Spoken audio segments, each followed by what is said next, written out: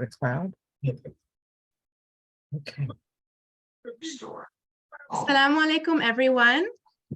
On behalf of the Islamic Social Services Association of the USA, I would like to welcome you all to our session today entitled Table Talks, Men's Mental Health.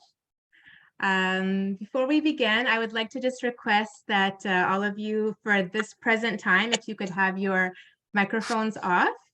And when the speakers begin, we'll ask everyone to keep our videos off as well, so that we can put our spotlight on the speakers. And as you saw, we would like to have this recording, this event recorded, so that we can share it with those who weren't able to join us today. So we'll be recording it, and we'll have it, inshallah, available on our YouTube channel and on our website, inshallah.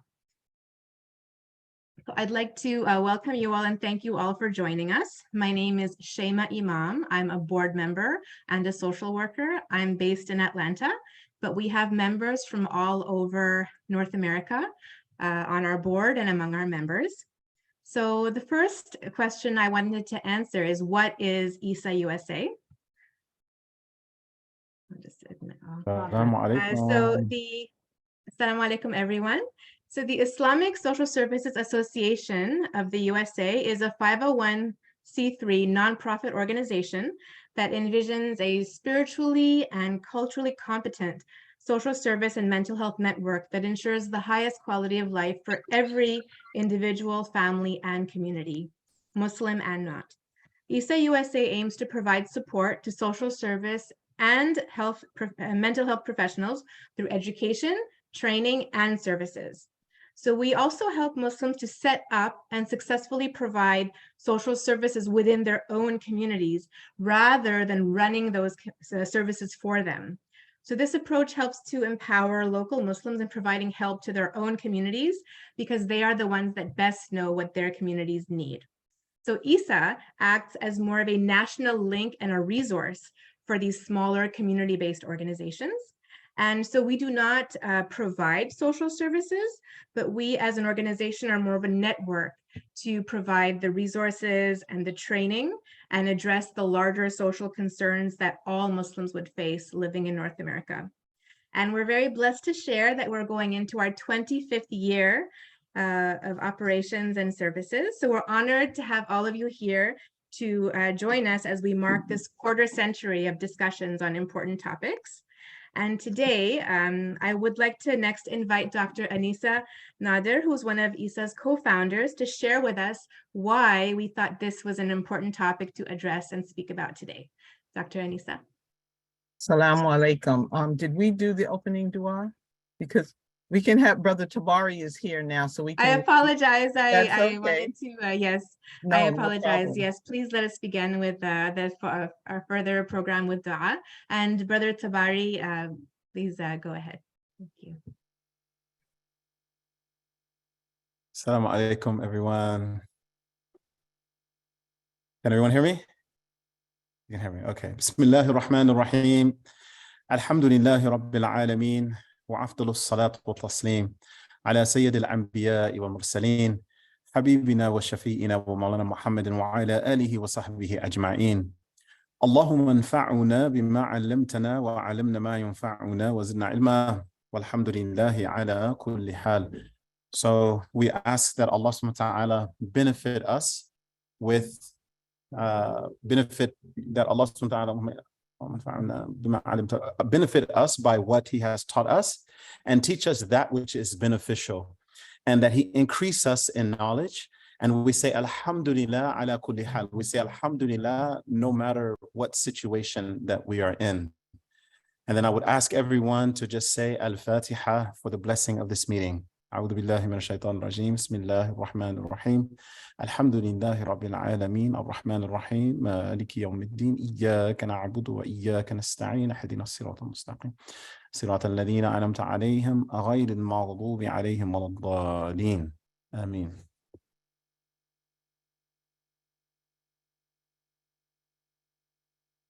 And I'll turn it back over to you, Dr. Anisa.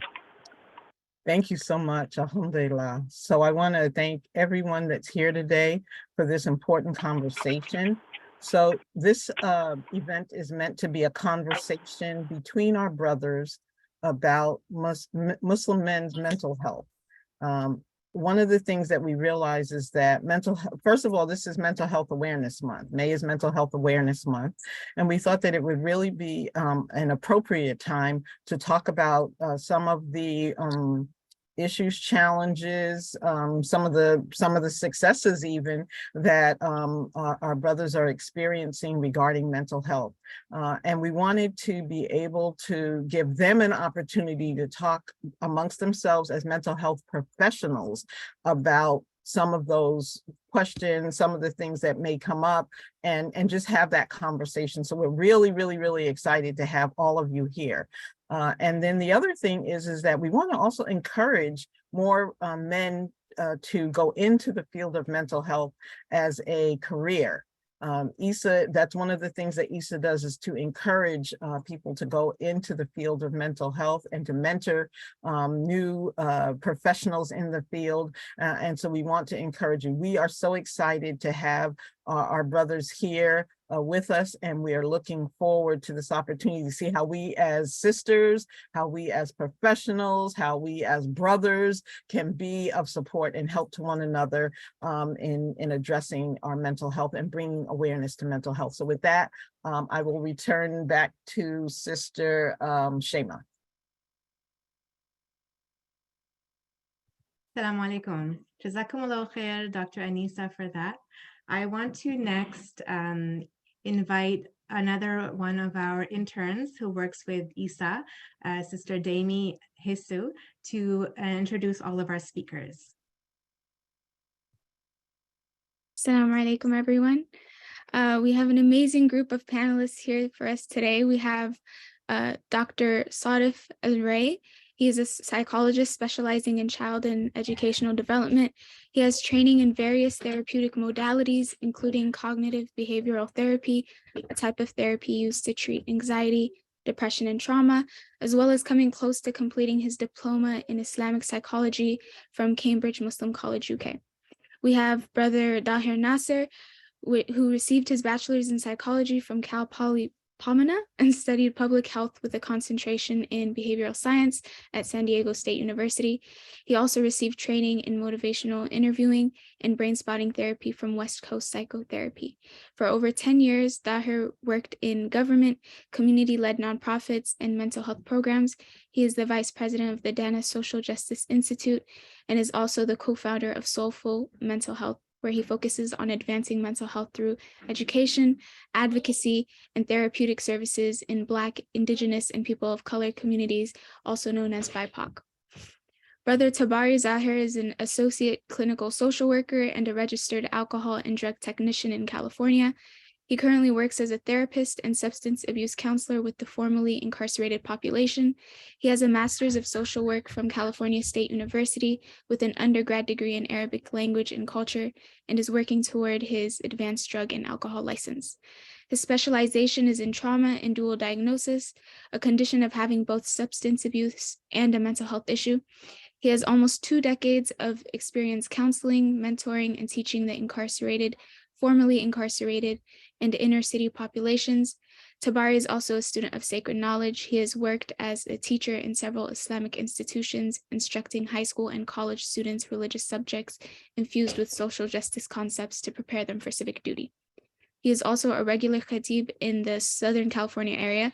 One of Tabari's greatest strengths is working with youth who have been negatively impacted by popular culture, and he uses his background as a bridge to teach lessons and convey wisdom to his students and clients. He uses this skill set working as a chaplain at CSU San Bernardino. Brother Archie Aquino is a licensed professional counselor with 20 years of experience in community mental health, specializing in domestic violence counseling, and 16 years working with the Native American community. He was born in the Philippines, raised in Prince George's County, Maryland, and has been in Arizona since 1995. He graduated from Arizona State University with a Bachelor of Science in Psychology and a master's degree in counseling. He serves on a mental health committee and a prison outreach committee at the Islamic Community Center of Tempe, volunteers with us here at Islamic Social Services USA and the Good Tree Institute, and has a part-time private practice. And yeah, those are our speakers for today. Jazakallah khair, Sister Deme. I'm looking forward to this discussion and to hear all of these, mashallah, so knowledgeable and active brothers among us to share their thoughts. What I would like to just remind all of us next is that we are recording this event, and we would like to have it posted on our YouTube page as well as our website. So, but at the same time, we would like to know who all is present with us today. We have, mashallah, 33 people joining us so far. So I would like to invite anybody who would like to turn on their camera to please do so. And if you would like to rename yourself so that we know your name, maybe what kind of educational background you're from or where you're from, that you can do as well. And also we would like to invite you in the chat if you would like to just briefly write down where you are zooming in from and what is your interest, very briefly, in this topic of men's mental health. So I invite you to use the chat for that introduction for everybody who's here. And if, as you have questions, you're welcome to post them in the chat. We will be starting with Brother Archie, who will be moderating our discussion among our 4 speakers. And then after about 30 minutes or so, we will be opening up the floor for questions. So we will be looking up the questions that you ask, inshallah, and we'll be, inshallah, give an opportunity to ask the questions that are in the chat first. And then as time is available, we would maybe perhaps have some time to open up the floor for further questions. So I would like to pass on the message now to Brother Archie to begin our panel discussion. Jazakallah khair. Thank you. Assalamu alaikum. Thank you everyone for attending. In the interest of time, this is going to be a very packed sort of presentation. I'm going to limit the time to about 5 minutes per question because we have some very good questions that we've come up with. So I'll just kick it off with the first question and start the timer. And this is open to any panelist who wants to jump in. What are some of the mental health issues facing men, and particularly Muslim men? Anyone who's welcome to start. Okay, I guess I'll jump in here real quick. Let me see. Okay. So what I'm realizing, and it's really like amongst the youth. So when I say youth, I'm talking about between the ages of 18 to about 28. There are existential questions about purpose. And I think it's, you know, I don't think, well, okay, so if we're looking at mental health holistically, which we should be, right? We say mental health, and the first thought is that it's just cognitive, it's just in the head. But actually mental health is like it's a metaphor for your mental health, your emotional health, your psychological health, your spiritual health. So if we're looking at it holistically like that, then this probably goes to the heart of the question, like, who am I? What is my value? And what does all of this mean?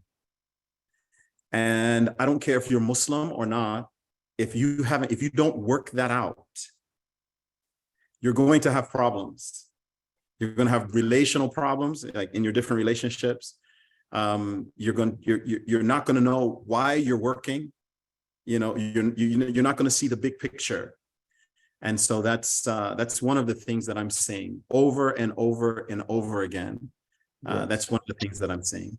I'd have to agree with that. I also have a transition from boys to men group at ages like 15 through 20, 21.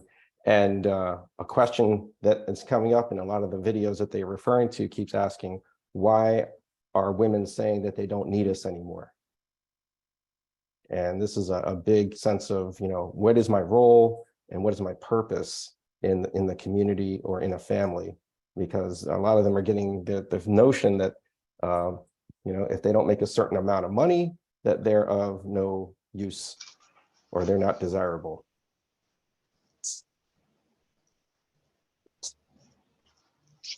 So this is Dahir. Okay. I'll just jump in here to add, Muslim men, that's a very broad category. And, I think it's actually very difficult to lump all of Muslim men into kind of one category. I'm living in Istanbul now. I lived in California before and then Arizona before that. And so I think each kind of region has its own issues. There are ethnic issues that can come up, language plays a role, acculturation plays a role, but some things that I'm seeing that are prevalent is this idea of overindulgence and sort of self-medicating type behaviors. And that can even be in things that are typically healthy activities like work and exercise, but that we're using these activities to numb and escape difficult circumstances. And so, there may be inabilities to get married or difficulties with finances. We're just coming out of a pandemic. There's a lot of social isolation that happened and sort of a kind of reconfiguring of people's work lives, transitioning to a lot of work from home. And so, people have kind of delved into certain behaviors, trying to figure out how to cope and even numb things. And that has sometimes even led into things like drugs, alcohol, porn addictions. And so we're seeing a lot of that. And it's something that, these unhealthy patterns can oftentimes even kind of become more clinical type things in terms of anxiety, depression, and also, things like PTSD we're seeing as well. So these are some of the kind of key things that I'm seeing within my sort of scope of practice. Okay. And finally, Dr. Alrai. Just on that, I think I have to agree with everything that's been said thus far. I think to add to that would be to think about the way either Muslim, especially Muslim men, are portrayed, whether we look at it across mass media, popular culture, and so on. There's a portrayal of Muslims that comes before them. So many non-Muslims will have an image of what a Muslim is and what a Muslim does before they might encounter a Muslim. And to connect with that, then a lot of the Muslims that I'm engaging with are often coming without really having ever had a space to be heard. There's a lot of times that they're being spoken to or spoken about while they're in the presence of being spoken about, but very rarely will there be a space for them to express from their own position. And then to add to that, when they are given that opportunity, much of the language is focused in the aqlani, the cognitive aspect of their experience, and the emotional aspect of their experience is often ignored, which I think to speak to, or to bring everything that's been said together, really creates that disconnect between who I am in terms of what I feel I am and what I feel I should be doing in terms of my deen, and also what the world is telling me I am and what the world is telling me I should be doing. Okay. So some of the experiences I've had. Thank you, Dr. Alrai. We're going to move on to the next question, and that is, how do you as a mental health professional prevent and address mental health concerns facing men? So you can talk about the issues we just brought up or other ones that just occurred to you.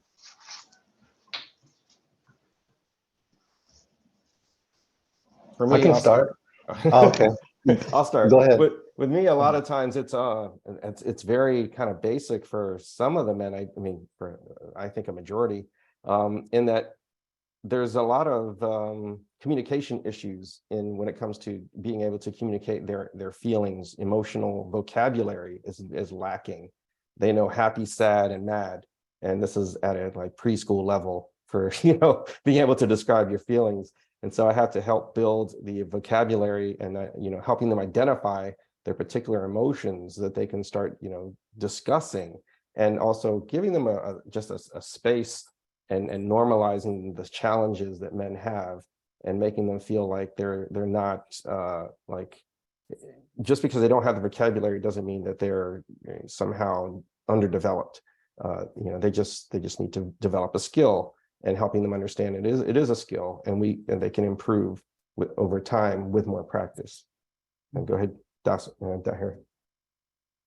And I completely agree with that. One of the things that was coming up for me is just this idea of the cultural expectations around toughness, and the idea that, you know, we have to maintain strength at all costs. And that, you know, if you maintain strength at all costs, it's actually very difficult to seek the support and the help when you need it. And I think we oftentimes are trying to work on our brothers just to feel comfortable to seek the support, and to find that in doing so, seeking support, that doesn't mean that you're weak, that it actually takes a lot of strength to identify the problem and to seek the support that you need for it. Also, you know, I try to educate the brothers and sort of partner with them in recognizing that the connections between health, holistically, physical health, mental health, spiritual health, can be playing out in symptoms that we see, right? People are going to the chiropractor because of back pain and neck pain. People are having a lot of stomach and gut issues, and they're taking different medications, and they're doing certain practices, and there actually are possible root causes that, you know, are linked to their mental health, their spiritual health, their emotional health. So helping to raise the awareness within the brothers that we're working with to explore these issues, and not feel that, you know, the stigma around it, and the need to remain, you know, strong and tough is something that should keep them away from seeking the support that they need. Just in the same way as if they had a broken leg or a hurt back, you know, there would be no shame in seeking support to heal. It should be the same for mental health as well. You know, that reminds me of some of the videos I've been seeing where there's men of all cultures, and they are all saying the same sort of message, in that nobody wants to hear me talk about my problems. Nobody cares. Nobody, you know, this is not acceptable for men to do. And this is a stigma that is, you know, it's a stereotype, but it's been true for many, many, many decades. And I think this is the first generation who's beginning to invite men to be normal in talking about these things. Yeah, and to add on to both of your points, we often talk about prevention way too late, and we then spend time ruminating on the fact of how could we have stopped it, how did we let this happen, how could it have happened, and so on. Prevention starts from kind of pre-birth. If we want to look at it as in the most holistic way possible, prevention starts from pre-birth. And I'm not saying this to put blame or focus on any one person individually. It's a community effort. But if we're talking again about thinking about things holistically, what was that family structure? What was that family environment like that child was born into? What were the conversations like as that was a newborn child turning into a toddler, and as they grew from there? All of these things happen at those ages. That's where we put the preventative work in. I know Brother Archie and I do some work in the masjid around that. But you know, these are, from where I'm standing, and I'm not just talking about here locally, everywhere I've seen, these sorts of offers are few and far between, and we need to be doing more to talk about things in a preventative fashion, but a true preventative fashion, rather than ruminating after the fact.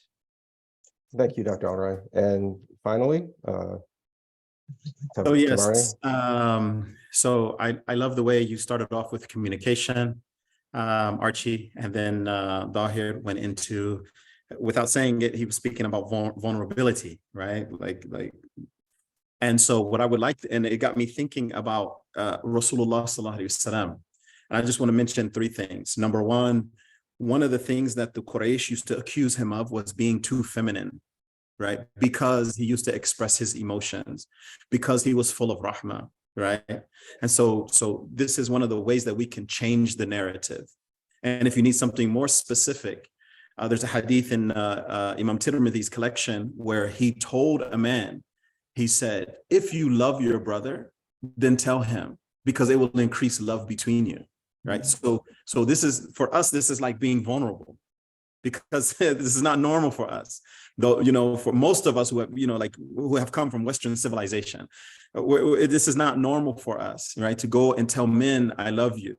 But here is Rasulullah Sallallahu Alaihi Wasallam, he's saying, no, like you have to do this, right? And then the third thing that I would mention from Rasulullah Sallallahu Alaihi Wasallam was when Ibrahim, his son, was dying in his arms and he began to cry, there was a companion that was right there and he said, Ma hada ya Rasulullah, like what's this? Meaning, what's this? What's the crying? Why are you crying? Right? Because the Arabs were very, very macho. And so he was teaching them that, you know, it's the difference between macho and human. And so and then he told them that this is, you know, like these are the tears of mercy, but we won't say anything that displeases Allah. And so if you need like a direct intervention, it's right there in the Sunnah, right? The communication, right? Telling people exactly how you feel, you know, and then expressing those emotions. And I always tell my clients, like, you're not going to get away from being expressive. It's written into you. When you're born, do you know a 1-year-old baby that doesn't know how to express themselves? Right. You're born with it. They're going to cry and they're going to whine and they're going to tell you exactly how they feel, right? But then we lose that. We're taught to get away from that. But you're going to express yourself even down to the goosebumps. If you feel a particular way, the goosebumps are going to come up. Yeah. So don't stuff it, don't submerge it, just let it out. But like you said, Archie, you have to find the vocabulary, right? You have to find the words to be able to express it. So yeah. And that leads us to another question Dr. Anissa brought up kind of just the other day, and is what are some things to consider as we raise boys? Because that is where what you're talking about happens. They're naturally emoting, they're naturally knowledgeable in how to express themselves, but then culturally, we start teaching boys that's not appropriate. Big boys don't cry. You know, this is where, you know, that's for babies. Babies cry. If you're a man, if you're a big boy, you just don't cry, you suck it up and you just deal with it. And this is the important, we have to have an awareness of what we're teaching our boys, because those boys then, you know, it just snowballs from that point. Yeah, there's specifically in Desi culture, I'll say Desi, there's a phrase that is often used for young boys who are crying, and it's sher banke, sher being a tiger or a lion, sher banke, be a lion about this, you know. And the common perception of the lion is the aggressor, the big sharp teeth, big paws sort of thing. And it's what we're teaching, just to speak to that point, is what we're teaching is when you're angry or when you're upset, show your aggression. Don't, you know, become this emotional little kind of thing in the corner that's just going to get trodden all over. And it leads to unhealthy patterns that we're seeing. I'm sure other cultures have similar sorts of things as well. Very true. Can anyone speak to the other cultures? I know in Asian culture, Asian culture, don't emote at all. You know? Just stuff it all in, only express positive things, you know, save face, worry about other people's feelings more than your own. And this is another sort of cultural norm that, you know, according to Western psychology can become codependency. So that's something else to be aware of. Like cultural norms are normalized and they're accepted and they're perpetuated, but sometimes we have to question those norms. Yeah. This also speaks to modeling as well. The children learn sponges for everything that goes on around.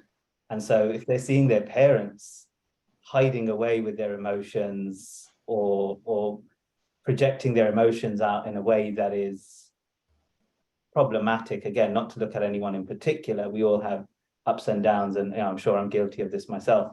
But if your child is watching you repeat these patterns of behaviors that are problematic, then that's what they're going to learn, because that's who they're around, and that's who they trust the most.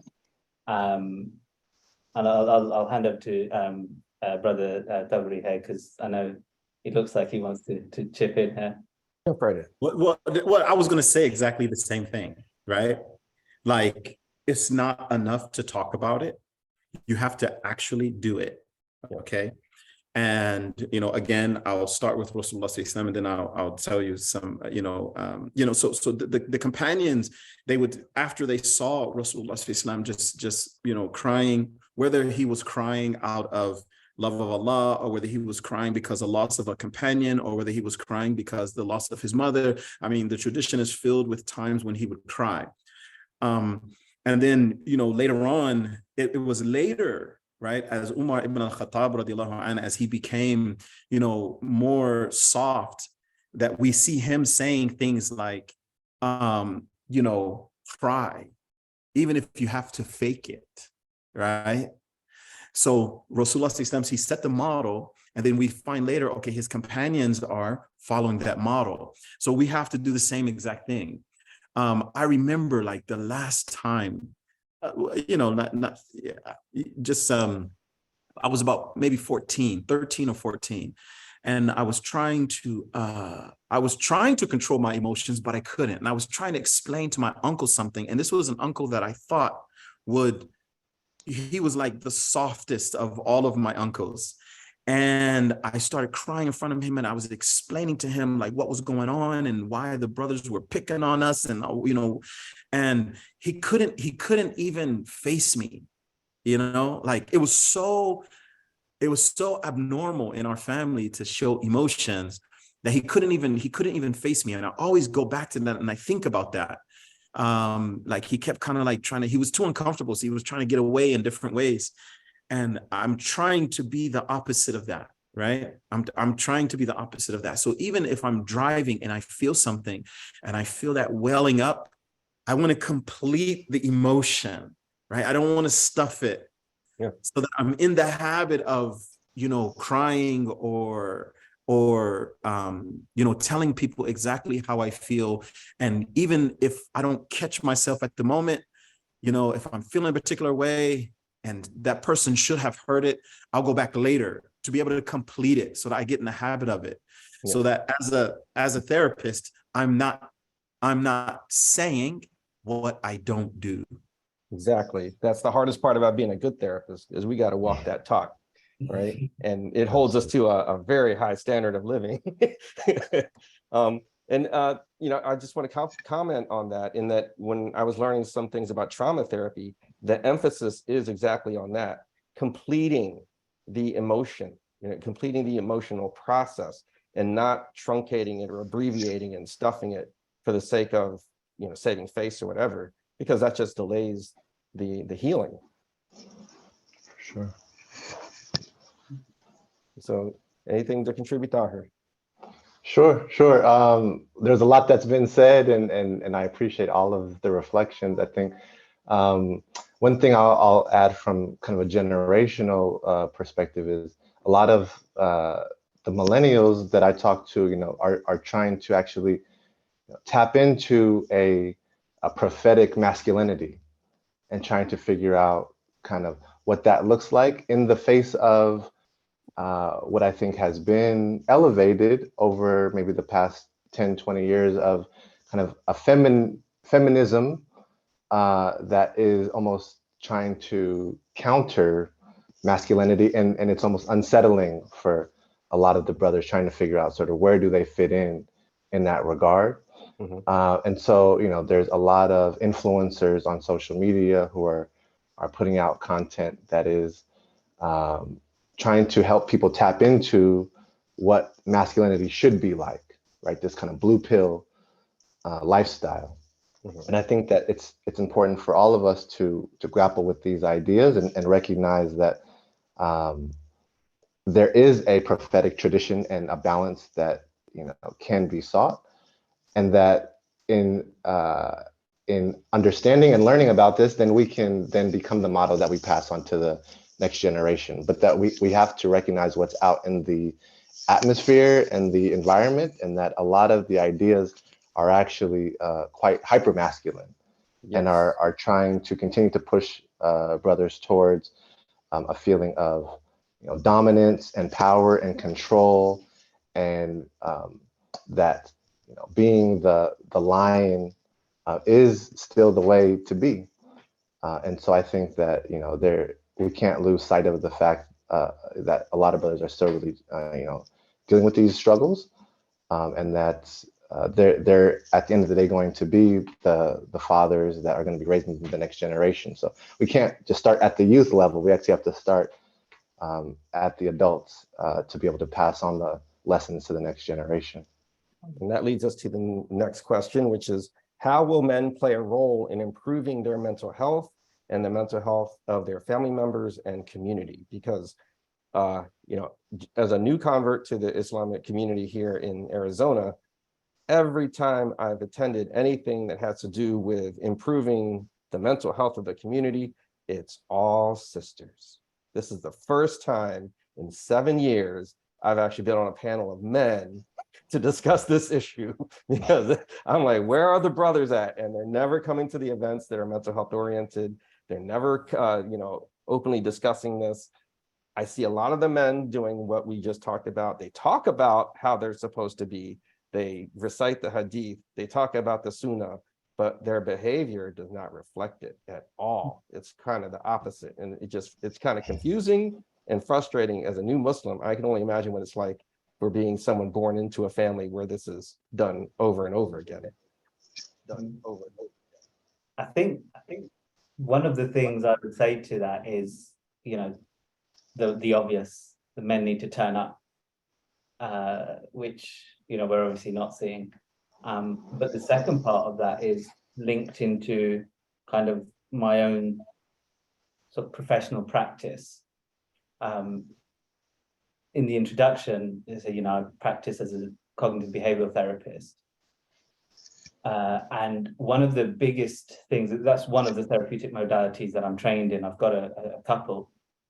One of the biggest issues I've had with anything that wasn't rooted in haqq, which is, revelation, is that there was this massive disconnect between the thought process, the kind of cognitive, the aql, and everything else.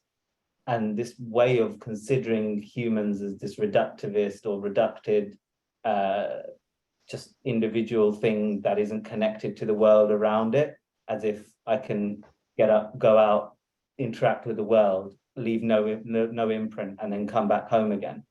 And so one of the reasons I looked into and pursued a training in Islamic psychology is the rooting in the Quran and the Sunnah, the traditions that we know to be truth because they're from revelation, and the way in which my practice has changed since then is to be able to say to the people that I'm working with is that it is part of you, the expectation of you as a Muslim, to be able to talk about this, live this, impart this on your families and your loved ones. To claim otherwise or to believe otherwise is foolish and is buying into the narrative that people have made of what Muslims are or who Muslims are. Yeah, I agree. In my private practice, with the Muslims I deal with, it's amazing to me that people who have been Muslim for way longer than me, when I bring up a principle that I learned that is Islamic, and they're like, well, yeah, I never thought of it that way, right? It's just something that they learned and memorized. It was in their cognitive area, but it was not something that they actually felt some sort of resonance with. It speaks to the comments earlier around, if you're going for back pain, is it just that you slept awkwardly? The chances are there's something deeper going on, and finding the balance of lifestyle within that. You know, if you're the kind of person who carries stress and anger around all day, every day, stress and anger lead you to kind of hold yourself tight and clenched, and your shoulders and neck and back are going to be impacted by that. So practicing letting that stress go, practicing relieving that stress by ways of experiencing other emotions or breathing techniques or whatever it might be, is just as valuable as any other kind of, or in that sense, it's more important than, you know, going to the chemist and getting Tylenol, Advil, what is it that go sells? Ibuprofen, yeah. Ibuprofen, Tylenol, Advil, you know, whatever. Opiates. Opiates, fentanyl. Yeah. And this is before we get into the drug problem, right? Like, Yeah. Some people would prefer to use that because it's quicker and faster and instant. Yeah, and you don't have to be ashamed of it. And it connects to the world that we live in, right? The world that's been created by man is that everything's reductive, everything's like kind of in its own silo. My emotions are over here and my physical health is over here. And if I have back pain, it's this specialist. And if I have, you know, leg pain, it's that specialist. Whereas actually, if you look at our tradition from 1,400 years ago, the people who were reading scripture and interpreting scripture were the ones who were also the doctors, were the ones who were also the mathematicians and the architects. They were the ones who were designing the hospitals. You know, the concept of polymath just doesn't really exist anymore. Whereas if you look at, Ibn Sina, Ibn Rushd, they weren't like, oh no, I just work on like your gut health, and you know, oh, you've got a problem with your breathing, you need to go to the lung specialist over there. Like there was no this idea of specialism. This silent nature is a modern phenomenon. This leads to the question of which modalities do we use? And, you know, I think everyone in the field of psychology and behavioral health is recognizing the connection between the body and the mind. And so the holistic approach is growing in its appeal from the client's perspective, as well as the professional provider's perspective. Working with Native Americans is where I first saw it in terms of there's something called a medicine wheel, and then I saw the same thing happen when I was learning Islam about the concept of salam, you know, of being whole and having, you know, addressing all the areas of being a human being, which is what Dr. What Tabari mentioned earlier: the physical, the emotional, the mental, and the spiritual, and you can even put social in there too. And that is what used to be what people were talking about when they said assalamu alaikum. Like they were asking about your wholeness, not just your, are you at peace? It is about peace, but it's more about the holistic sense of peace. I want to just before I answer about those modalities, I want to just backtrack a little bit too. I think it's good to understand why. You know, a lot of times to the mental health symposiums and forums and platforms and things like that, it's mostly women, is because number one, they make up 90% of the practitioners, right? So that's going to happen, all right? So then once we understand that, then we have to understand that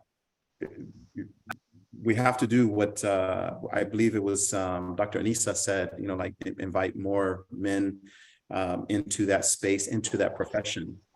And that's one of the things that inshallah we're going to try to do with an organization I just recently started, is which is going to be on addictions. And we have to cultivate those Muslims who they want to be involved in this. And so it would be for men and for women, but I'm speaking right now of just about, you know, the men. Getting the men in that space so that people can benefit from their experiences.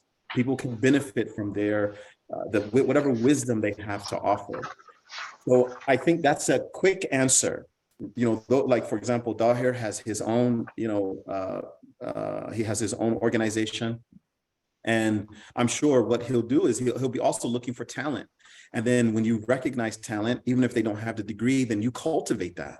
Right, you have to make a space for that in the organization to cultivate that. You know, set up the network, make the space where people can come in and learn. You show them how to go and get their license or their certifications and things like that. So yeah, I just kind of wanted to mention that. Another thing I'm noticing is this, right? On that same point, is that I think it's easier for women to connect to themselves. I think it's easier because they come with everything that they come outwardly with those things that continue life. So they have this innate sense very early on that they have a mighty purpose. Men have to be taught that, right? The only obvious sign, to a man that, he's supposed to be a nurturer or a provider or something like that is his strength, right? How tall he is, how big he is, and things like that. But he really doesn't have a daily reminder of his responsibility to contribute to the welfare of humanity. Men have to be taught to bear burdens. They have to be taught that, right? But a woman experiences this every day, or minimum once a month, right? So they're much more closer to it. They're much more connected to their purpose, and I'm not talking about spiritual purpose. I'm just talking about daily, everyday, purpose. Whereas men have to be taught that. And there's a lack of mentors. There's a lack of men who are willing and able to teach the, youth how to take on those life responsibilities. Life is not just sitting in front of a video game and playing for 8 hours a day, right? You're not going to get it that way. And, technology has a role in all of this. It has softened life a little bit. It has made, and so there's a lot of problems there, but we need mentors. And those of us that are working in this space, we can do something to kind of cultivate that a little bit more. Now, as far as modalities, myself, I personally, I look at, I don't have one set modality for every single person. But what I do is I study the modalities and I apply them where necessary. So, for example, if someone comes in and they're just having a problem, setting a goal, or it's kind of like an easy habit to overcome, then I'll default to solution focused, right? Solution focused. But if you're talking about trauma, right? So you're talking about going in the past. Right? How do you help someone process something that's in the past? I particularly like internal family systems. And the reason why I like it is because they are very upfront and open about the different parts of the human being. And if you look hard enough, this is something that you'll find in the Islamic tradition too, right? And it's mentioned, some of these things are mentioned in the Quran, for example, nafs al-amara, right? This lower commanding self is part of the human being, but he also has the potential to be nafs al-lawama, right? He can begin to critically examine himself and then aim up, right? Do better. And all of the, and then he can go on to nafs al-mutma'inna. So all of these different parts are in the person. They're there. And so I find it in line with some of the Islamic psychology, and I also I found it to be very, very, very helpful with some of my clients. But sometimes it's automatic negative thoughts, right? This is CBT, right? Somebody comes in and they just have these automatic negative thoughts, what we call cognitive distortions. And okay, so now you're in CBT. So I look at the symptoms, when somebody comes in, that's what I'm looking at. I'm looking at the symptoms and I'm saying, okay, this calls for this, right. And lastly, I'll mention learning styles. Everyone doesn't have the same learning style. Some people need to do it. Some people can just hear it, understand it, and it causes, right, a corrective experience. Some people have to actually do it, learn it that way. So I think that's also very important. You look at, everybody's not the same. And Right. so I find it more useful, in my case, more useful to kind of, after I do my assessment, then I go along and I adjust as things come up. Yeah, so we have like 10 minutes left in this section of the program. So I just want to comment on that. The important part about that as an experienced therapist is, as I've gotten through the years, I've added more tools to my toolbox.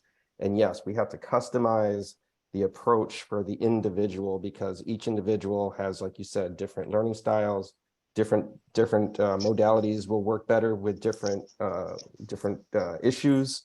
And so, yeah, and then we have to be able to switch up on the fly and be able to spontaneously be flexible on that and just work where the client's willing to go, right? That's my approach. Very conversational, very transitional. And, if the client needs to pull back for a while, and it needs to be, we're just going to work on rapport building and using humor to kind of let him have some time to, feel what he's feeling, or get some distance on it because it was too much. Like this is the art of therapy, right? It's not just workbooks and interventions. There's a very human element, and we have to be paying attention to it as we're dealing with him for the therapeutic 50-minute hour. Brother Archie, that was well said. I'll just maybe put a finer point on the relational aspect of it, which I think is key. I think, it's important to have our evidence-based approaches, whether it's emotion-focused therapy, solution-focused therapy. I personally really am finding brain spotting therapy to be something that's very helpful for my clients.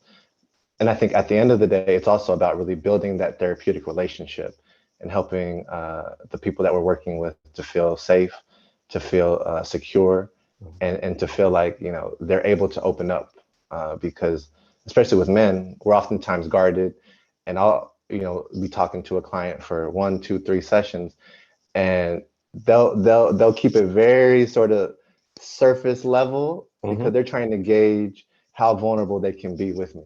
Yeah, can they trust you? Exactly. Yeah. And will you relate to my experience in some way, or are you able to understand what I'm going through, as opposed to judging me or making me feel like what I'm doing in some way is wrong or bad, right? These are things that I think us as men, will tend to quickly identify as feelings we don't want to feel, as being judged. And so being able to create that relational opportunity and strengthen the rapport is, to me, as important as the evidence-based approaches that we end up employing in the sessions. One of the first things I learned was about, because I used to be pre-med, and even in medicine, the approaches of Western medicine weren't as effective if the patient didn't have some sort of connection to their provider. If they didn't have that trust, interventions weren't as effective. So same thing with therapy, definitely. If I can speak to that for very briefly. So the therapeutic alliance, as you're describing, you're absolutely spot on. One of the things that any Muslim that is approaching me these days, one of the things I'm saying to them is, it is so important that your therapist is also a Muslim. And I know that sometimes it's contentious for people, but the number of Muslims who I can personally recount who have gone to non-Muslim therapists whose therapeutic modalities build in this idea of non-guilt and do what makes you feel happy is very scary. And I think it's the Sheikh Hamza Yusuf or Sheikh Abdul Hakim Murad, one of the two. He talks about his experience going to Las Vegas for a conference. And he says, as he was coming down the escalators at Las Vegas airport, there's on the back wall, big block letters, says, "Give in to your temptations." Astaghfirullah. And he follows that up with, who tells you to give in to your temptations? Who are we told in the Quran will tell us to give into your temptations? Shaitan. And so this going to therapists whose role is to ease your pain and suffering by seeking yourself will default you to this, give into your temptations. If it's going to make you feel good, do it. And it's, astaghfirullah, Allah protect us all, such a risky, scary place to be as a vulnerable person seeking support from a knowledgeable other, where you're being told this is good for you, this is going to create ease for you, when in actual fact the ease will come. فَإِنَّ مَعَ الْعُسْرِ يُسْرًا. The ease will come after the hardship. Right. Or ease is hardship. So That exists in seeking support from Allah and Allah alone. right. So having that awareness and that nuance of understanding the context of, you know, the Islamic philosophy is very important. And this leads to I think this will be our final question, is during the pandemic, there was an increased awareness that there was a very limited availability of therapists who are Black and people of color and Muslim. And what have you found in this regard? Because when I started doing my private practice, I was looking for, you know, people to refer to, and man, it's sparse out there, but it's getting better, but it's sparse right now. I think alhamdulillah for teletherapy, right? Yes, that has helped a lot in getting people access. I would say that I live in Southern California, and we have in Southern California, we have 25 million people, right? So if you take the greater Los Angeles area, we're talking about 25 million people. And I'll just say it like this: I've got a waiting list, right? For that specific, for someone that wants specifically what you just said, right? Therapist of African descent, Muslim. And because, sometimes that's, people want that, that because they know that you'll understand their issues, the subtle points of some of the issues. They have to explain it. You're just right. Know it. And I'm just like, it's an echo chamber, right? There's nobody out there. And so again, we have to cultivate this. We have to cultivate it. And just being totally honest, I didn't necessarily choose this profession. I don't think any of us did. No. I'm literally, as I was finishing my undergrad, I didn't know what I was going to do next. And there was a mentor, which is the importance of having a mentor. It was a mentor who said, go be a social worker. And I didn't even know what that was, right? I didn't know I knew what a social worker was. I didn't know what a clinical social worker was. Right. And it took some convincing and some, looking it up and reading it and things like that. That's what we need to do over and over and over again. You see someone that's good with dealing with people. You see someone that's in the community, they're activists, and they just need to professionalize their work. Guide them. Say, listen, take 2 years and polish up and get this degree, get this license. And I am eternally thankful for Sheikh Rami Ansor, who pointed me that way. Eternally thankful, because I didn't know what it was. I just didn't know what it was. So SubhanAllah, I just followed some signs.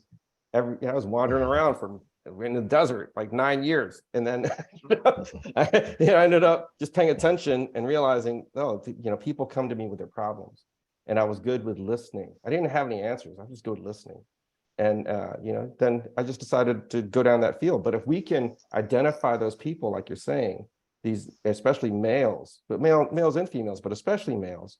And we can say, hey, look, you're good at this. Let's encourage them and educate them about this profession and how in line with Islam and the Prophet it actually is. Absolutely. I think also being able to support the organizations and the institutions who are facilitating this work. There didn't used to be Islamic psychology degree programs where people could go and actually study Islamic psychology specifically. So I think being able to, speak these organizations' names, help them to be known about in different spaces, and be able to, help them get the funding and the support that they need to continue. and be able to have the students be able to find them is also really key because, studying psychology in a secular environment and studying psychology in a Islamic psychology environment is also going to produce, I think, a different level of scholarship and practitioner, which I think is something that is vital for our ummah as we go forward, being able to tap into the tradition that we have in the field and be able to revive it and increase it, inshallah. Alhamdulillah. That brings us to the next portion of the program, which is going into Q&A. Jazakumullah khair to all the speakers, Brother Archie, Brother Dahir, Brother Sarif, Brother Tabari, mashallah. I feel like this is a landmark event for us at ISSA to have such a important gathering and such an important discussion that took place today. Jazakumullah khair. May Allah reward you for bringing all of these topics to the surface and for all of the efforts that you take in your daily work, and for coming here today to talk to us about it. Hopefully, this is just the beginning of a new understanding for us and the beginning of new action for us as well. I wanted to also thank all of the attendees who are with us, more than 50 who joined us today. There were a lot of really important questions that came up in the chat. And I think, mashallah, in the about 15 or so minutes that we have ahead of us, we won't be able to address all the questions that were asked. I was taking notes throughout, so I will try to just summarize some of the questions that I thought that we could try to answer, so that we can, inshallah, focus on what are the actions that each of us can do as soon as we finish this call to address these challenges and support all of our brothers. So one of the first questions I wanted to ask from one of our attendees was, if you panelists can please provide some practical tips to increase the physical and mental well-being of our men. Particularly, we have our young youth coming up who would like to be healthy, and also university students who are struggling with mental health issues. So some practical tips that you have for having a regular, healthy mental well-being. Real quick, the one I would recommend most and is easiest, not easiest, but is kind of, you can build on this the most, is teach young men and men acceptable ways of expressing anger. And don't just shut them down and tell them their anger is aggression, and their aggression is scary and you can't be that way. Because when they don't get the education on how to express anger in a healthy and constructive and productive manner, that's where you have the stuffing, and then that becomes all sorts of problems. To add on to that, my quick tip or something practical would be to include within the narrative that everything you do has an impact on you physically, mentally, emotionally, spiritually. So it's not just a case of, oh, this is just a quick shot of whatever. Think about what that means for you on your physical experience, your emotional experience, your spiritual experience. So it's not just a case of guilt tripping, oh, so-and-so, don't drink because it's going to make so-and-so upset, or don't drink because you're going to have a hangover in the morning. It's about recognizing that everything you do has a impact on the whole self. So moving away also from the narrative of talking about physical health and mental health are two distinct things. Health is health. We are whole humans. We are not, this is my soul and this is my this and this is my that. And so everything you do has an impact across all of you. Well said. I would add thinking about life in seasons, and that what you're going through in this season is not, going to last forever. And that, there are going to be things that you plant in this season that you may harvest in a future season. So trying to think about life in seasons, and also thinking about, because there are seasons, that you should be joyful for things that you may have prayed for in the past season that now you're actually experiencing, but you may be looking forward towards the next season, waiting for, when's that next thing that I've been looking for? I'm an ambitious person, it's supposed to happen, but actually you're reaping the benefit of the prayer that you made last year or 2 years ago. Beautiful. I actually didn't know what to say until Dahir mentioned this, right? So I would say cultivate gratitude. right? Like this is so important. And like cultivate gratitude. Just take 1 or 2 minutes a day and think about what's right with you, what's going on with you, what are the blessings that you have.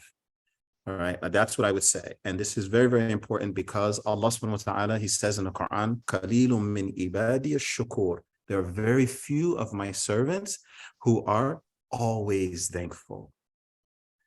And then in another verse, he says, "La in shakartum la azidannakum." If you are thankful, I will increase you. So, and from there, you be holistic, right? So when you exercise, realize, be thankful for those limbs, whatever you're exercising. When you're emoting, like if you're feeling an emotion, be thankful for that and follow it through. As you're being cognitive, be thankful for that as you're doing it, so that's what I would do, like just cultivate gratitude and then let everything flow from there. Jazakumullah khair for your answers to this.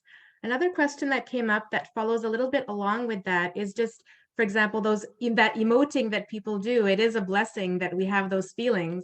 And one of the persons on this webinar was a therapist. She was saying that she sees that a lot in her clients who are from different backgrounds, that, I mean, there is anger and it's a very strong feeling. And how do we channel that anger and make it a force for good? I mean, our Muslim communities, we have personal trauma. There's also collective trauma from past colonialism and different histories, as well current, injustices happening to people that we know of in different countries around the world. So anger is not necessarily a bad thing, but what are the means, especially from our Muslim tradition, for us to channel that anger towards positive and constructive action?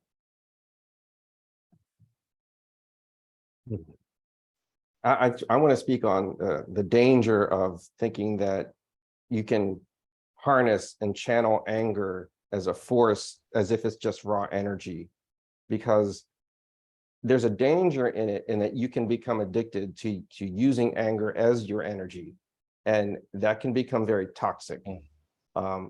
If you really want to harness and channel your anger, you have to diffuse it first and understand that at the core of it is some sort of pain. And if you can understand your pain, then you can be more aware and cognizant of the healing you have to do. And then you can be more at your best to do the work that's going to address whatever is causing that pain. He's absolutely correct. Anger is a secondary emotion, right? It's not the first thing that we feel. So there's something else there, and the person has to explore that first. If it's injustice, okay, then that's what so in other words, a person feels humiliated, then they get angry. A person feels disrespected, then they get angry. A person feels violated, then they get angry. So you have to go back to the underlying emotion and deal with that. And then you can go about rectifying, whatever wrong has been done, or whatever, it was, where you, like in CBT, they talk about minimizing, right? Something that's really big, you make small, or something that's really small, you make big. That may be what's going on. And then, I think what Archie was also explaining about diffusing it, there's different ways of diffusing the anger so that you don't commit another injustice, right? And you'll find that there's a lot of activists that their activism is fueled by anger, and they just need someone to talk to and say, then you can get to the bottom of it, because their activism is very, very harsh. Their activism is very, very accusatory and fault finding and blame. And it's like, no, that's anger, right? Like, you have to deal with that first before you're going to be effective. So he's right. You have to diffuse that. You have to diffuse that anger, deal with the underlying issues, and then you'll be effective. Yeah, it's really common for the young people to have the attitude and the philosophy of, I'm going to treat people the way they treat me, right? So if an injustice was done to me, I'm justified in committing an injustice back. And this is the toxicity I'm talking about. And that just, begets more negativity, and it just exacerbates the problem, really. It doesn't solve it. I think to add on to what's being said, if I may, having recently kind of started a journey in understanding the sort of 4 temperaments framework, there's a lot to be said about balance, and it speaks to what's been said so far. Reacting or responding from a place of anger will only ever lead to a further reaction based on that anger. And one of the things that in temperament response is to think about balance, and thinking about, well, I can just react here, or I can deliberately push myself to go completely in the opposite direction to bring myself more into balance. If you look at it as a kind of circle, and if your temperament is right out here, by doing the complete opposite, you're coming to the center of the circle, and that's what they talk about when they sort of talk about it in the context of balance. So I think processing is absolutely what's required. Just to reiterate the points that have already been made, processing it so it's not a reaction from anger, it's a balanced understanding of what's happened. And you can absolutely use some anger, but then you must also use some mercy as well, and some forgiveness, because otherwise you're just carrying that anger around with you. And again, as we've been saying, it's going to have a physiological impact on you, and psychological and social and emotional and spiritual as well. And that's the part that I was going to add, actually, with just the piece about mercy. Yeah, no, and I don't think we actually teach young men about mercy. And it's one of those topics that I think is, central in our deen, and should be central in any kind of child development process that Muslims promote, because the idea of mercy provides a sort of shift to focus to anger, right? You can have the anger, but you can have the rahmah, and that rahmah can actually transform the relationship from one of confrontation to one of actually joining and bridging that gap, to where now you can actually find commonality and common ground and love and things of that nature. So an enemy can become a friend potentially if you're able to display enough mercy. So I think that that's a critical piece of the conversation. Jazakallah khair for those answers. And I mean, mashallah, the way that I hear you for speaking, I feel like there's, mashallah, a lot of self-awareness that is there, and a lot of personal responsibility for each of us developing that understanding and having insight into our reactions, and then choosing to answer appropriately. One of the attendees was asking, how do we, those who care about but are being affected by some men who are just having, not coping in a healthy way, and their lack of healthy coping is the words that the person used, destroying the lives of others around them in terms of domestic violence or other kinds of violence. So how can those who are around some men who are, seem to be oppressing in that sense through whatever needs they have, how can we help them? Do we just need to have a stronger person to keep them in line, or how can we respond out of love but still stop the hurt from happening to those that are being affected, if that person themselves is not ready to change?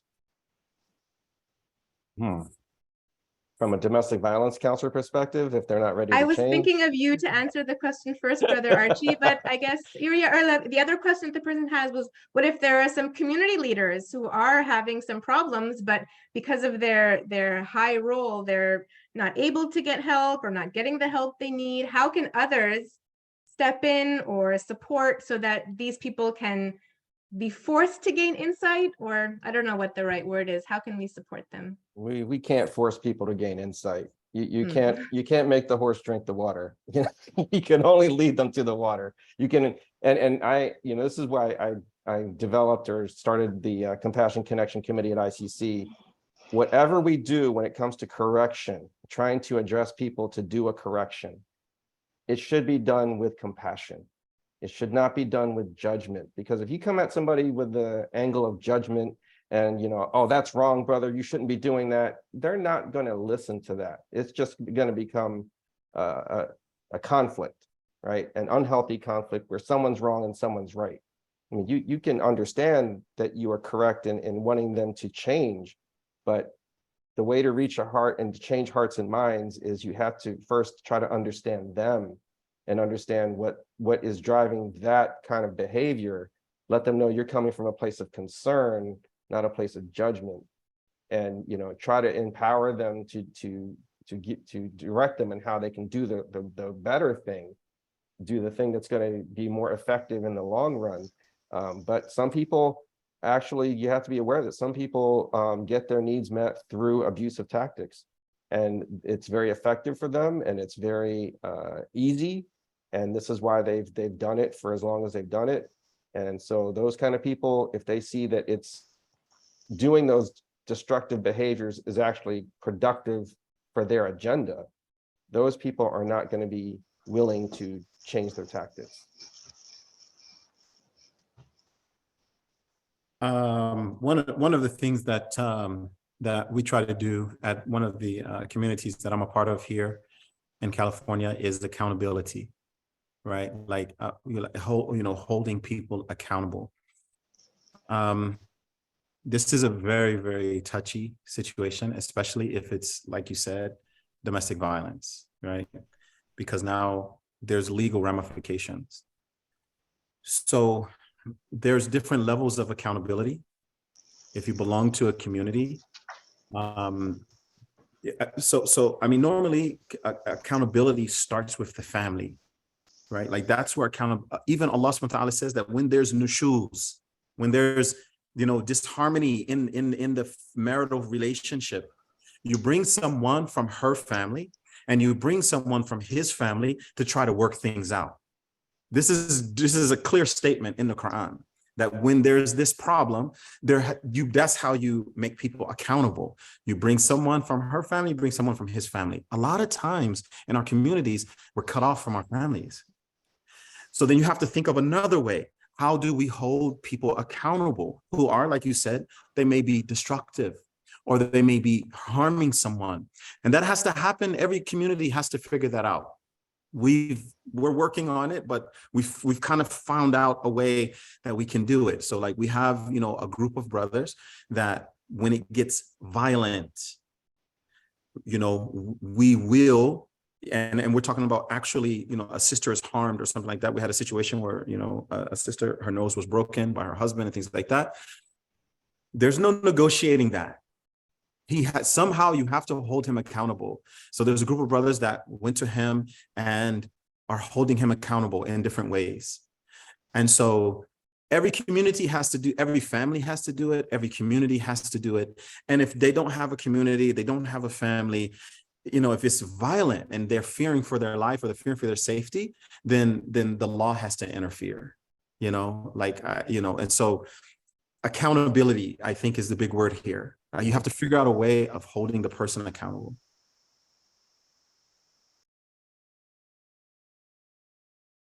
It's a very sensitive subject area, especially the specifics around domestic violence. It's not necessarily my area of expertise, so I won't say much on it, other than to say, I believe it's 143 in the Quran that everyone refers to, or everyone who wants to exploit that ayah refers to as their haqq. And it's not a new phenomenon. And sadly, I don't think we're going to be able to eradicate it in our lifetime. As much as I would love to, I don't think we will.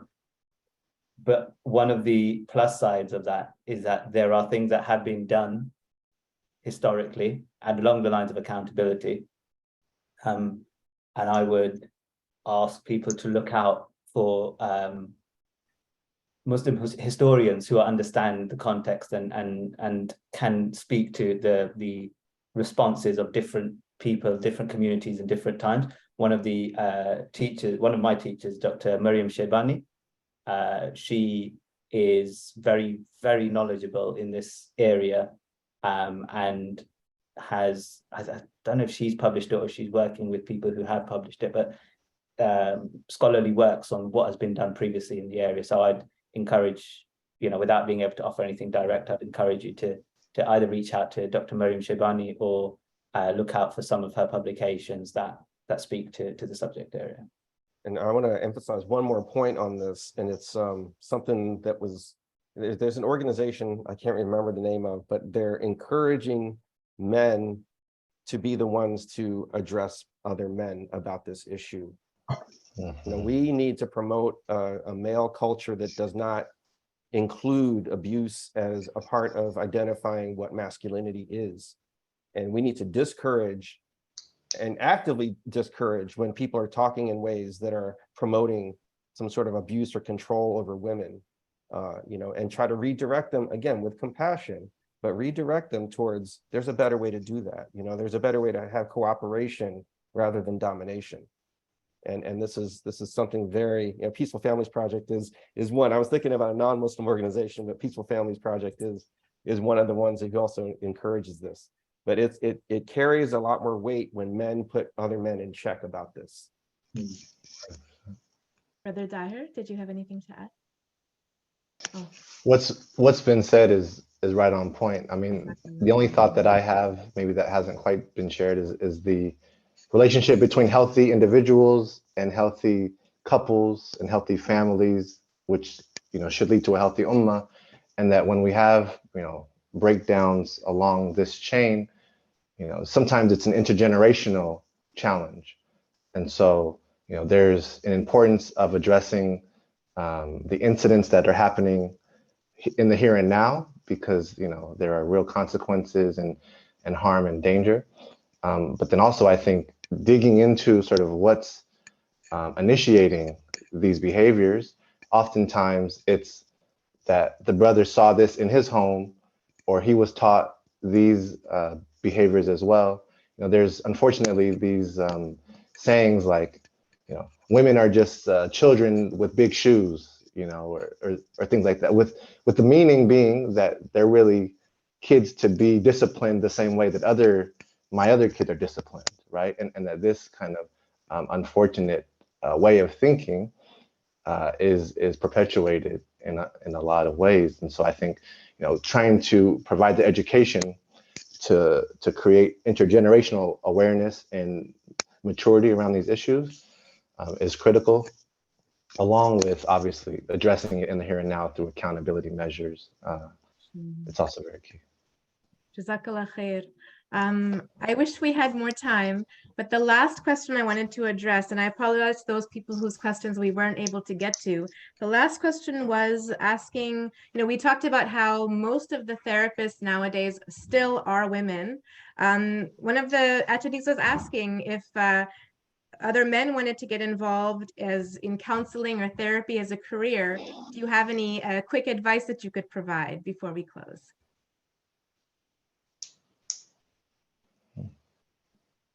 Be a clinical social worker. Be a professional counselor. Right, so I carry the trend. Be a psychologist. I think, joking aside, people in our positions have to take proactive spaces as well. One of the things I do, anyone who approaches me and like, hey, look, I want to be a social worker or a psychologist, therapist, whatever, I actively go out of I have to put my money where my mouth is. So if I'm not out here looking at ways that I can help other people fill the positions that I look to my left and right and see don't occupy black and brown faces, don't occupy Muslim faces, then I have to be accountable to that as well. So I encourage people, if they reach out to me and I'm like, hey, I'm a little bit busy or I don't get back to you, then reach out to me again 2, 3, 4, 5 times. It's on me. I can't sit here and go, hey, why are there no other Muslims at this table? And then when Muslims approach me and say, hey, how can I get a seat at the table? I ignore them, right? So I think, to take personal responsibility on this, we need to be held to account to help people find those things. Alongside that, I think there are tons of like really straightforward ways of doing this. You can, your bachelor's and master's degrees. There are courses like Islamic psychology, therapeutic courses, and so on. I think one of the things hardest in the US is trying to get the supervised hours. I think it's a slightly easier process in other states, in like Europe and so on. But there's a reality to this, and that is I ask people to hold me to account. Yeah. Along those same lines, I think what anybody is going into this profession, but I think what males struggle with most is being humble and being open to understanding that there's a lot of women in this field that you're going to be learning from, and check your male ego at the door, because it is only going to get in your way. The sisters have been at this for a long time. There's a lot of things that I've only had one male boss in my 20 years of doing this, right? So you have to be okay with, not only working with women as your peers, but also being subordinate to your female bosses. And you can't, you have to understand your issues. Understand your issues as a man, because those will cloud how you do things if you don't get those in check. Jazakallah khair. I'm sorry. I would just say like three things. Number one, I think it's really, really important that people that want to go into like the clinical space, that they learn some deen, right? Like learn the basics of your deen, so that you recognize right away when something is something that you're being taught clashes with revelation. I think that's the first most important thing. The second thing that I would say is, there's only like 4 or 5 ways of getting into getting a license, in America. It's like the clinical social worker, marriage family therapist, the LPC, the licensed personal counselor, the psychologist, but normally they get a PsyD and then they get licensed, right? Mm-hmm.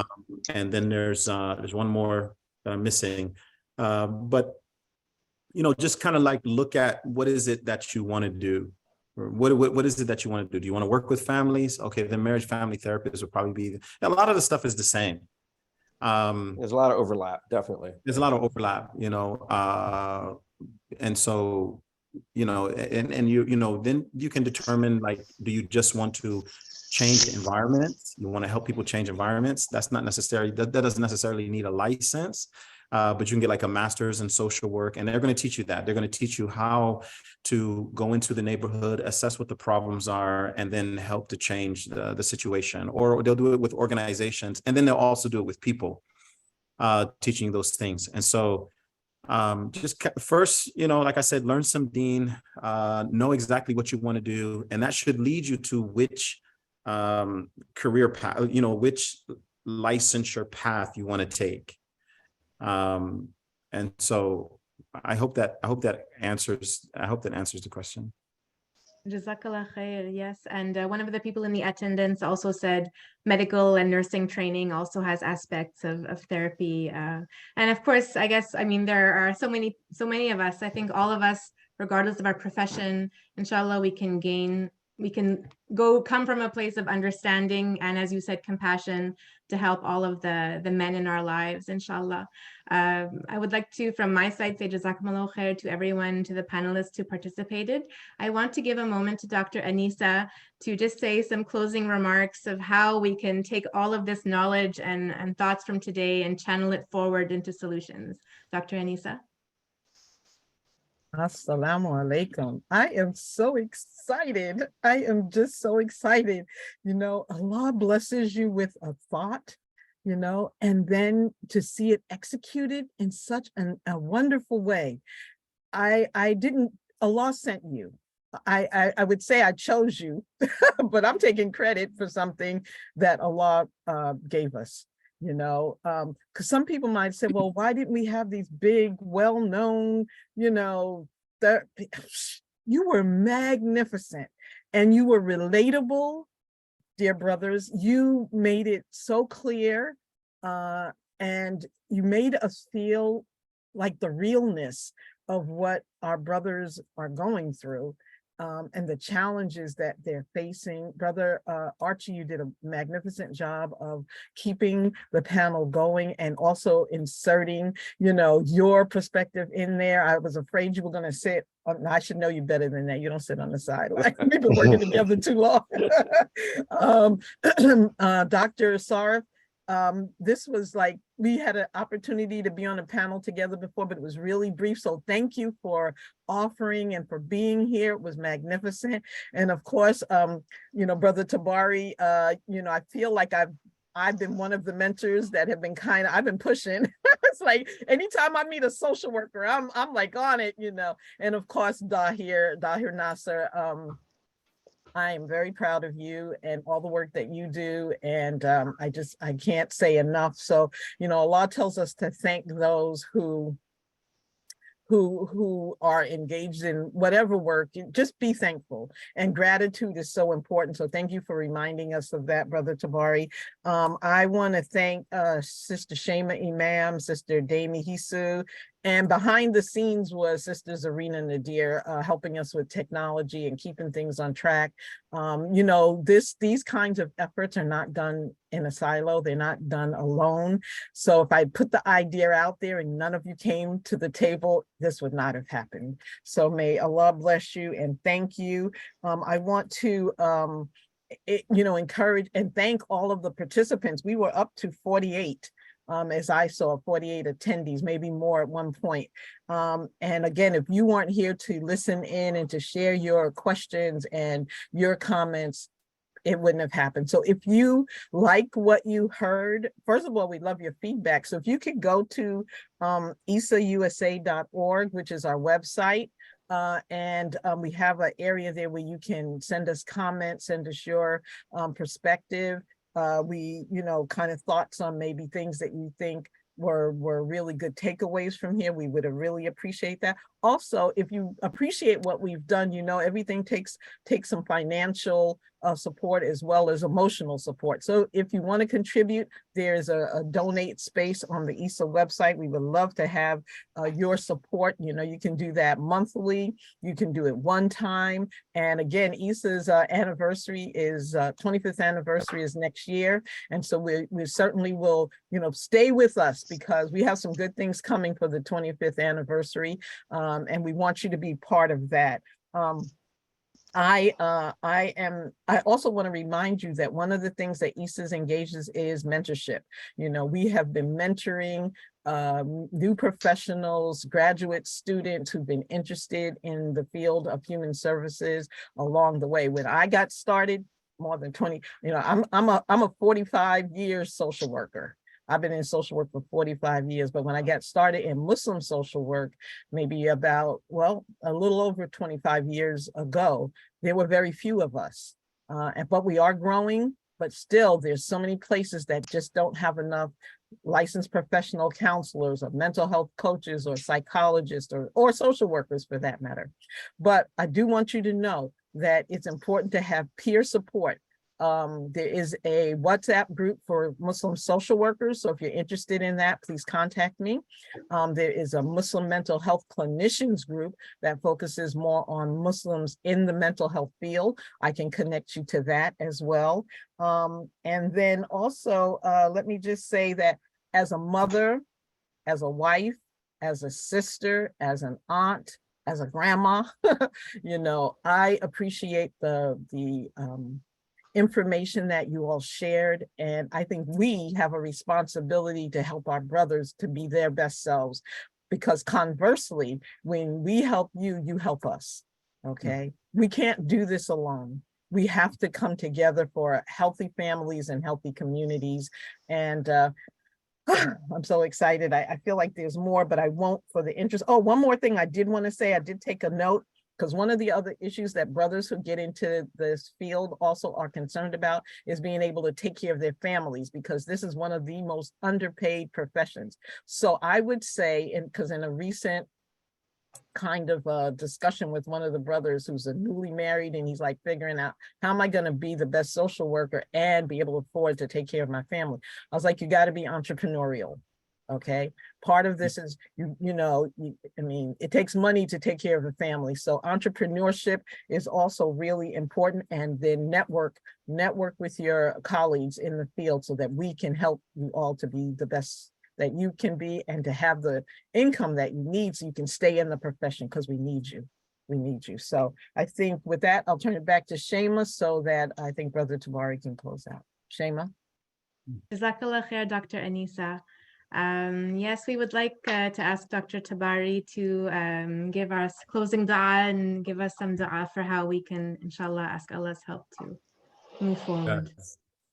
So inshallah, I'll close out. I'll say the dua in Arabic, then I'll go back and I'll translate it, and you'll see that it's very powerful, inshallah.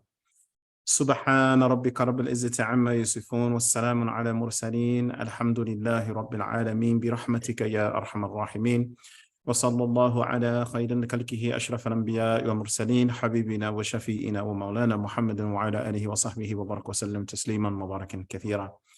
اللهم نعوذ بك من الهم والحزن والعجز والكسل والبخل والجبن وضلع الدين وغلبة الرجال. This is a dua from the Messenger of Allah sallallahu alaihi wasallam that he used to say, and it covers many aspects of what we call, negative mental health. So he starts off by saying, "Oh Allah, I seek refuge in you from hammi wal hazan." Ham is grief, meaning it comes from the past, and hammi, is worry, which is about the future, and huzn, which is about the past. So he's asking Allah, and we know that that depression and anxiety are like the two greatest mental health issues. And so this is right in our tradition. Ajzi is to be incapable, to be to not have the ability to do something.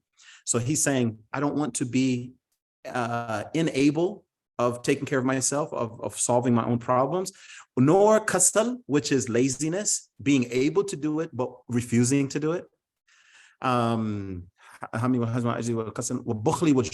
Bukhl is miserliness, right? He's seeking refuge in Allah from miserliness. And he said that this was the worst spiritual disease, to have the means, but you don't do it.